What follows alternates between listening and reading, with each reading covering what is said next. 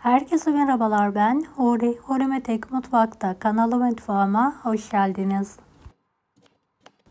Evet, sabah akşam yiyorum ve zayıflıyorum. Diyetlik bir tarif ile geldim. 3 adet kuru soğanı piyazlık olacak şekilde doğruyorum.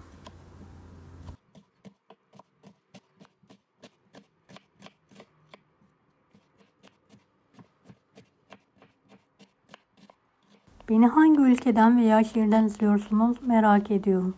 Yoruma yazarsanız sevinirim.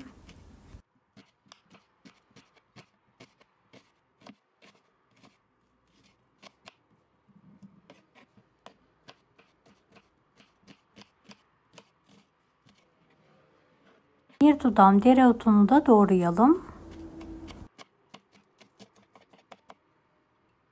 Soğanla dereotunu karıştıralım.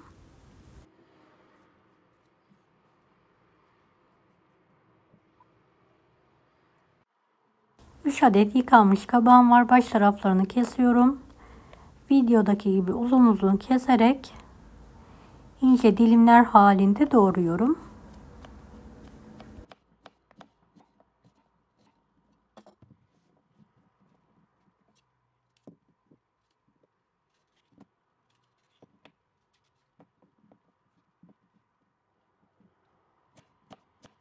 Ve tüm kabakları eşit miktarda doğramaya devam ediyorum.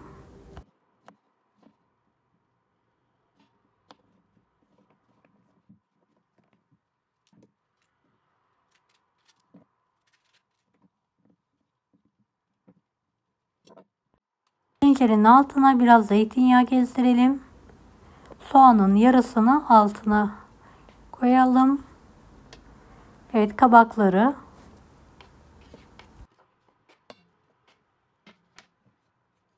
kalan soğanları da üzerine gezdirelim.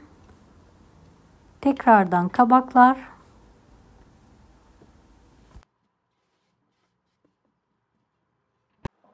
Bir tatlı kaşığı tuz serpelim. Biraz zeytinyağı gezdirelim. Ocağın üzerine alalım. Kaynayana kadar yüksek, daha sonra kısık ateşte pişirmeyi bırakalım. Evet, hafif diriyken dikkatli bir şekilde ezmeden karıştıralım.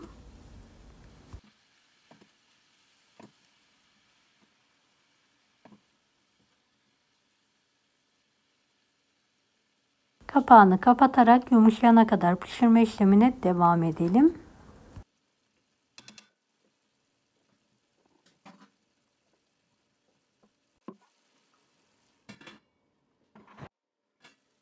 Evet, kontrol ediyorum. Yemeğin pişmiş, altını kapatıyorum. İster sade yoğurt, isterseniz yoğurt sarımsak gezdirerek ikram edebilirsiniz. Deneyecek olan herkese şimdiden kolaylıklar dilerim. Kanalıma ücretsiz abone olmayı unutmayın. Allah'a emanet olun. Hoşça kalın.